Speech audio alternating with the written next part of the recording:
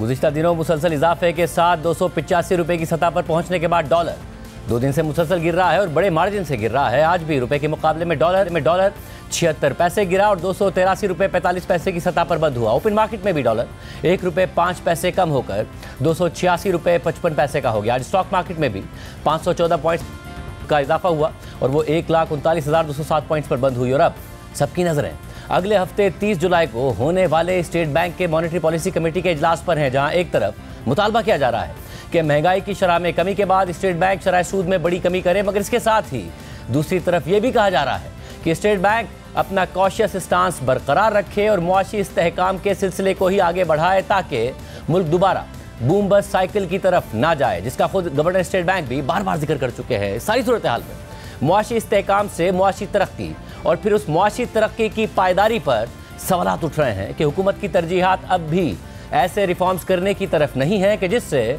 मुल्क एक पायदार मुआशी तरक्की की तरफ बढ़ सके। इस पर बात करेंगे साबिक वज़ीर ख़जाना और माहिर मईशत डॉक्टर हफीज़ पाशा साहब हमारे साथ मौजूद हैं। पाशा साहब, बहुत शुक्रिया शो में ज्वाइन करने के लिए। पाशा साहब, सबसे पहले आपका क्या मशवरा होगा कि क्या वाकई एक बड़ी कमी स्टेट बैंक को करनी चाहिए या अपना कॉशियस स्टांस ही बरकरार रखना चाहिए? बिस्मिल्लाहिर्रहमानिर्रहीम। आपने जो इशारे दिए हैं माशाअल्लाह के हालात में कुछ बेहतरी आई है, यकीनन ये बात बिल्कुल मुनासिब है। और अब आप ये देखिए कि अल्लाह के फजल से हमारे रिजर्व्स में नुमाया तौर पर इजाफा हुआ। एक महीने में $9.5 अरब से बढ़कर $14.5 अरब तक पहुंच गए। और यकीनन ये तो खैर कर्ज़ों की उसूली की वजह से हुआ है। जो भी होता है हमारे यहाँ इजाफा रिजर्व्स का वो कर्ज़ों से ही होता है। अलबत्ता ये है कि अगर आपने सूद का रेट कायम रखा तो उसके नतीजे में होता ये है कि प्राइवेट सेक्टर की क्रेडिट की जो डिमांड होती है वो कम होती है, और कम जब होती है तो बाहर से मशीनरी वगैरह की दरामदात भी कम होती है। तो स्टेट बैंक ने इसलिए ये पॉलिसी अख्तियार किया था। आपको याद होगा जब हालात बहुत ख़राब थे 2022-23 में, तो हम अपने सरे सूद को 22% तक लेके चले गए थे, तारीख का सबसे बुलंद लेवल। और उसकी यही वजह थी कि हम अपने इंपोर्ट्स को कम करना चाह रहे थे। अब इस वक्त भी पोजीशन ये है कि आपकी जो बेहतरी आई है वो रेमिटेंसेस की वजह से आया है, मगर बात यह है कि आपके एक्सपोर्ट्स में स्टेट बैंक कह रहा है कि पिछले साल सिर्फ 4% का इजाफा हुआ है, अलबत्ता इंपोर्ट्स में 11% इजाफा हुआ।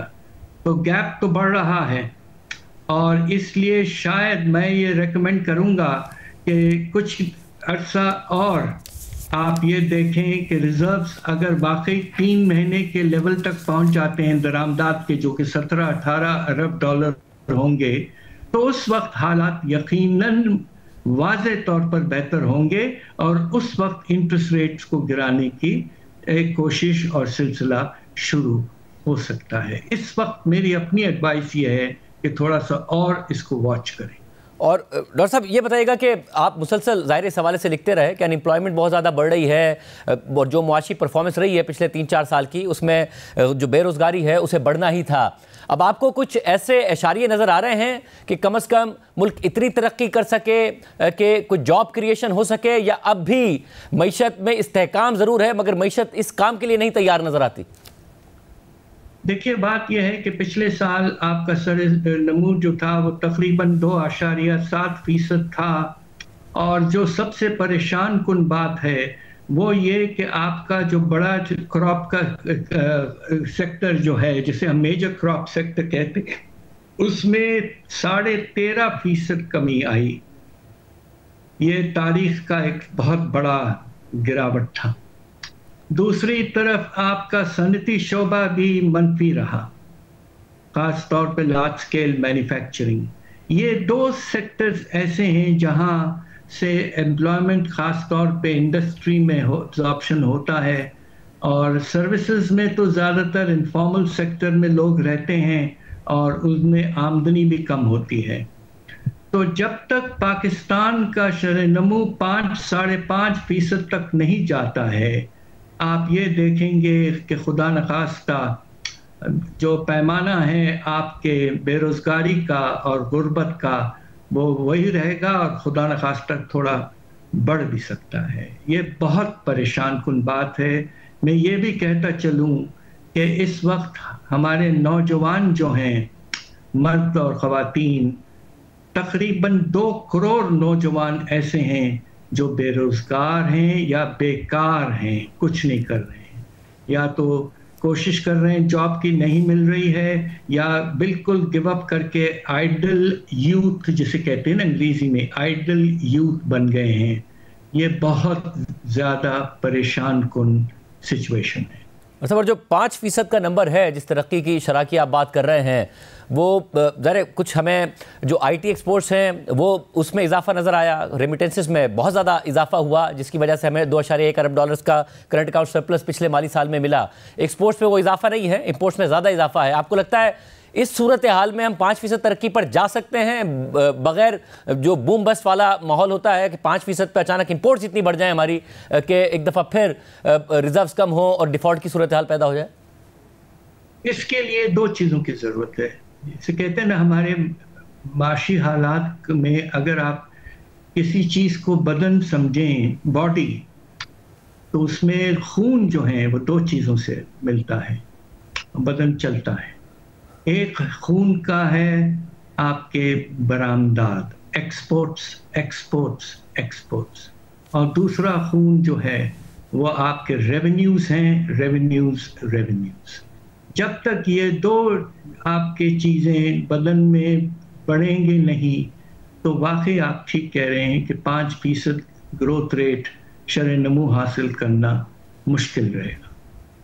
اور ڈاکٹر صاحب، پچھلے سال آپ مسلسل ایک بات لکھتے رہے کہ جو انفلوز ہیں وہ نہیں آ رہا ہے اور بین الاقوامی اداروں سے بھی نہیں آ رہا ہے، اور وہ ہمیں نظر بھی آیا. اور اسٹیٹ بینک نے ظاہر سرپلس آ رہا تھا تو تقریباً ابتدائی 9 ماہ میں پچھلے مالی سال کے 6.8 ارب ڈالرز مارکیٹ سے خریدے، جس کی وجہ سے ادائیگیاں بھی ہو گئی، ریزروز میں بھی استحکام آیا. اس سال جب کچھ ریٹنگز بھی بہتر ہو رہی ہوں اور پاکستان کے تقریباً 14.5 ارب ڈالرز کے ریزروز بھی ہوں جو کہ تقریباً 11 ہفتوں کی امپورٹس کے لیے کافی ہوں، تو آپ کو لگتا ہے اتنا اعتماد ہوگا کہ پاکستان بین الاقوامی جو مارکیٹس ہیں وہاں سے بھی جا کے کچھ پیسے ریز کر سکے اور بین الاقوامی ادارے ہیں وہ بھی ٹارگٹ کے مطابق ہمیں پیسے دیں، جس کی وجہ سے وہ پریشرز نہ ہوں جو لاسٹ ایئر بلڈ ہو رہے تھے؟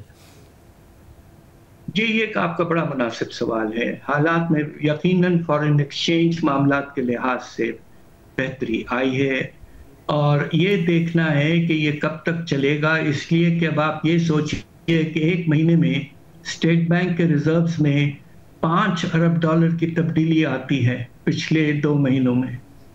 تو یہ سچویشن ابھی تک سٹیبلائز نہیں ہوئی ہے، اور مارکیٹ ٹیسٹ پاکستان کے لیے یہ ہوگا کہ پاکستان پھر سے یورو یا سکوک بانڈز انٹرنیشنلی فلوٹ کر پائے گا. ہم نے پچھلے سال 1 ارب ڈالر کا ٹارگٹ رکھا تھا، مگر وہ ہم میٹ نہیں کر پائے. کمرشل بینکوں سے لونز کی بھی انفلو کم ہوئی ہے. آخری دنوں میں کچھ بہتر حالات آئے مڈل ایسٹ سے. سوال یہ پیدا ہوتا ہے کہ دیکھیے اس وقت جو گلوبل حالات ہیں اور جو یہاں کے ریجن میں کچھ حالات کچھ معمول سے بدل کے اس وقت ہیں، تو اس لیے کچھ رسک کا ایلیمنٹ کچھ حد تک بڑھ گیا ہے، اور فارن انویسٹرز اس وقت شاید سوچیں گے، حالانکہ پاکستان کے انڈیکیٹرز بہتر ہیں.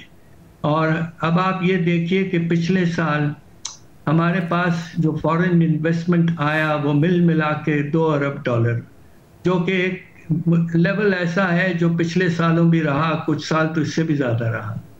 تو ابھی بھی فارن انویسٹمنٹ میں واضح طور پر اضافہ نہیں ہو رہا ہے، اور اب انشاءاللہ کوشش کرنی چاہیے. بے شمار میمورینڈم آف انڈرسٹینڈنگ ہوئے ہیں مختلف ملکوں کے ساتھ، بٹ اس کا نتیجہ ابھی تک نظر نہیں آ رہا ہے.